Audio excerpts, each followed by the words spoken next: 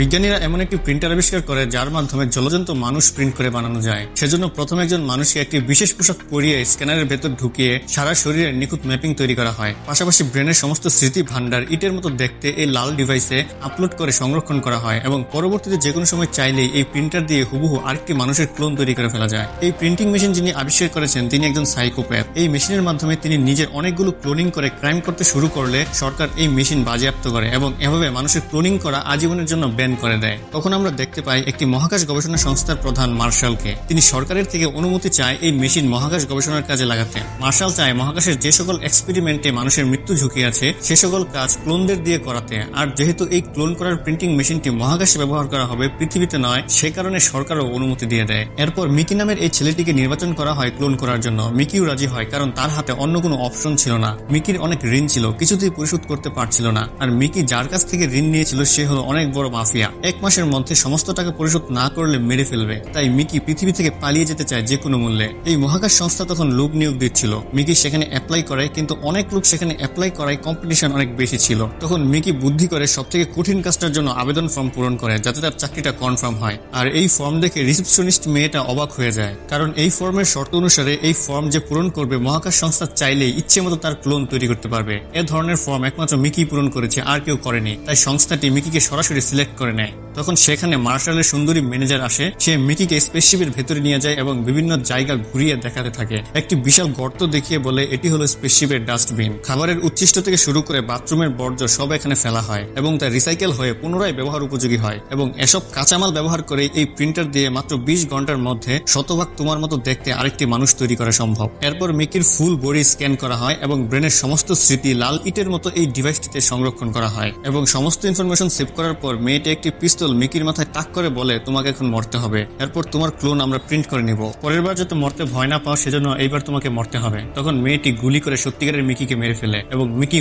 1 কে print করে বের করে এবং 4.5 বছরের একটি দীর্ঘ মহাকাশ যাত্রার সূচনা হয়। মিকি 1 এর সাথে নাসা নামের এই মেয়েটির প্রেমের সম্পর্ক গড়ে ওঠে। নাসা এই স্পেসশিপের একজন সিকিউরিটি অফিসার। সে সবসময় মিকির কাছাকাছি থাকতো এবং মিকির প্রতিটি ঝুঁকিপূর্ণ কাজে উৎসাহ দিত। মিকি প্রতিবার তার কাজগুলো সম্পূর্ণ করতে গিয়ে মারা যেত এবং বারবার তাকে প্রিন্ট করে নতুন করে বানিয়ে নেওয়া হতো। এভাবে চলতে চলতে 4 বছর পূর্ণ হয়ে যায় এবং মার্শাল যে গ্রহ আবিষ্কারের জন্য এত দীর্ঘ মহাকাশ যাত্রা পরিচালনা করেছে সে গ্রহের কাছে তারা পৌঁছে যায়। এই গ্রহের বাতাসে কোনো ভাইরাস আছে কিনা তা পরীক্ষা করার জন্য মিকিকে সর্বপ্রথম গ্রহটিতে নেমে মাস্ক খুলে শ্বাস নিতে বলে। এতে মিকির শরীরে একটি ভাইরাস প্রবেশ করে আর মিকি মারা যায়। তখন মিকির শরীর থেকে রক্তের স্যাম্পল নিয়ে ভাইরাসটির প্রতিষেধক বানাতে শুরু করে বিজ্ঞানীরা এবং নতুন করে আরেকটি মিকিকে প্রিন্ট করে বানিয়ে নেয়। এভাবে প্রতিবার মিকি মারা যেতেই নতুন মিকি প্রিন্ট করে বানানো হয়। এভাবে বানাতে বানাতে 17তম মিকিকে এই গ্রহটি এক্সপ্লোর করার জন্য পাঠানো হয়। গ্রহটিতে বসতি স্থাপনের জন্য বিভিন্ন পরীক্ষা নিরীক্ষা করার সময় মিকি 17 বরফ ধসের শিকার হয়ে চাপা পড়ে যায়। মিকির এক সহকর্মী বন্ধু মিকিকে উদ্ধার না করে বরং মিকির হাতের অস্ত্রটি নিয়ে চলে যায়, কেননা মিকি 17কে উদ্ধার করার চেয়ে নতুন আরেকটি মিকি বানিয়ে নেওয়া সহজ হবে। মিকির বন্ধু চলে যেতে মিকি 17কে একদল প্রাণী হামলা করে। এই প্রাণীগুলো এই গ্রহের স্থায়ী বাসিন্দা। সবচেয়ে বড় আকৃতির প্রাণীটি তাকে টেনে নিয়ে যেতে থাকে। প্রাণীটি তাকে না খেয়ে বরং বরফের ভেতর হতে টেনে বের করে মুক্ত করে দেয়। মিকি বুঝতে পারে না প্রাণীটি তাকে না খেয়ে বরং ছেড়ে দিল কেন। তখন মিকি 17 স্পেসশিপে ফেরত চলে আসে। নিজের কেবিনে গিয়ে তার বিছানায় তার মতো হুবহু আরেকটি মিকিকে দেখতে পেয়ে ভয়ে চিৎকার দিয়ে ওঠে। তখন সে বুঝতে পারে সবাই হয়তো ভেবেছে মিকি 17 বরফে চাপা পড়ে মারা গেছে, তাই তারা আরেকটি মিকিকে প্রিন্ট করে বানিয়ে নিয়েছে। তখন মিকি 17 বলে যেহেতু আমি বেঁচে আছি তাই তোমার কোনো প্রয়োজন নেই, তোমাকে মরতে হবে। আর 18 বলে আমাকে বানানোর কারণ সবাই জানে তুমি মৃত, তাই মরতে হলে তোমাকেই মরতে হবে। এ নিয়ে দুজনের মধ্যে ঝগড়া শুরু হলে মিকির গার্লফ্রেন্ড নাসা সেখানে উপস্থিত হয়। 2 মিকিকে দেখে নাসা বেশ খুশি হয়। দুজনের সাথে একত্রে রোমান্স করতে শুরু করে, কিন্তু হঠাৎই সেখানে আরেকজন সিকিউরিটি অফিসার কাই চলে আসে। কাই মনে মনে মিকিকে পছন্দ করত।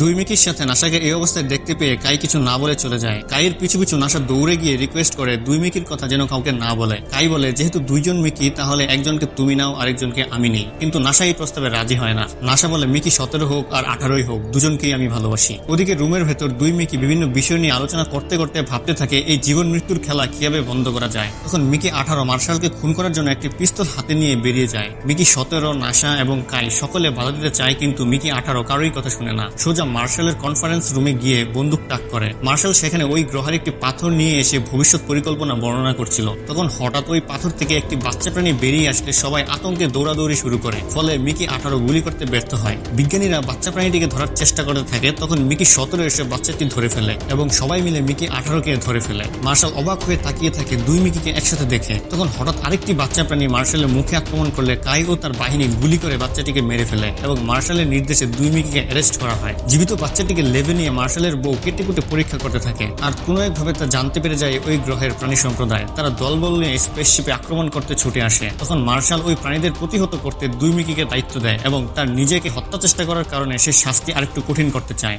সেজন্য মিকির স্মৃতি ভান্ডার ডিলিট করে দেয় এবং ঘোষণা দেয় তাদের দুজনের পর আর কোনো মিকিকে প্রিন্ট করা হবে না। তারা যদি মারা যায় তাহলে এটাই তাদের জীবনের সমাপ্তি। মিকি 18 গালে আগুনের সেকা দেয় যাতে কোনটা কে চিনতে পারে। এরপর তাদের দুজনকে যুদ্ধের পোশাক পরিয়ে বলে, যে মিকি প্রথমে 100টা প্রাণী হত্যা করতে পারবে সে বিজয়ী, তাকে আমি বাঁচিয়ে রাখবো আর অপরজনকে মেরে ফেলবো। দুই মিকি শরীরে বোম সেট করে বাইরে পাঠিয়ে দেয় প্রাণীগুলোকে হত্যা করতে, আর বোমের রিমোট মার্শাল নিজের হাতে রেখে দেয়। এক মেয়ে বিজ্ঞানী মিকি 17কে একটি অনুবাদক যন্ত্র দিয়ে দেয় যাতে প্রাণীগুলোর সাথে কথা বলতে পারে। এরপর দুই মিকি সবচেয়ে বড় প্রাণীটির কাছে যায় এবং জিজ্ঞেস করে, তোমরা কি চাও? প্রাণীটি বলে, আমাদের একটি বাচ্চাকে তোমরা হত্যা করেছো, সেজন্য আমরা চাই তোমাদের মধ্যে যে কোনো একজন মারা যাও, আর আমাদের যে বাচ্চাটিকে স্পেসশিপে আটকে রেখেছো তাকে মুক্ত করে দাও। মিকি 17 তখন ইশারায় সবাইকে বলে সেই বাচ্চাটিকে মুক্ত করে দিতে, কিন্তু মার্শাল সমঝোতা করতে রাজি নয়। সে যুদ্ধের পোশাক পরে গাড়ি বহর নিয়ে রওনা দেয় যুদ্ধের উদ্দেশ্যে। এই ফাঁকে নাসা বাচ্চাটিকে কোলে নিয়ে বাইরে চলে আসে মুক্ত করে দিতে। মার্শাল বড় প্রাণীটিকে টার্গেট করে গাড়ি নিয়ে এগোতে থাকে। প্রাণীগুলো বুঝে ফেলে। সবাই মিলে তখন বড় প্রাণীটিকে প্রোটেকশন দেওয়ার জন্য ছুটোছুটি করতে শুরু করে। মার্শাল যখন প্রায় বড় প্রাণীটির কাছাকাছি এসে পড়ে, মিকি 18 মার্শালের গাড়ি বহরে তখন ঝাঁপিয়ে পড়ে ফাইট করতে শুরু করে।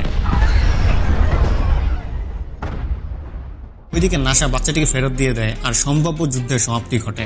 6 মাস পর মানব প্রিন্টিং শুধু পৃথিবীতে নয় মহাকাশে নিষিদ্ধ ঘোষণা করা হয় এবং বোম দিয়ে প্রিন্টারটি মিকি আনুষ্ঠানিকভাবে ধ্বংস করে দেয় এবং দুর্দান্ত এই মুভিটির সমাপ্তি ঘটে। একটি বিশেষ দৃশ্য দেখতে পাই, মার্শালকে প্রিন্ট করে নতুন করে বানানো হচ্ছে। এই দৃশ্যের ব্যাখ্যা কি তা হয়তো আমরা এই মুভির দ্বিতীয় পার্ট বের হলে জানতে পারবো। তো বন্ধুরা, এই ছিল মিকি 17 মুভির গল্প। একটু সহজভাবে আপনাদের সামনে তুলে ধরার চেষ্টা করেছি। কেমন লাগলো তা জানাতে একটা কমেন্ট তো করতেই পারেন, এতে আমিও একটু উৎসাহ পাই। এরকম দারুণ দারুণ সাইফাই মুভির গল্প শুনতে সাবস্ক্রাইব করে রাখুন। ধন্যবাদ সবাইকে।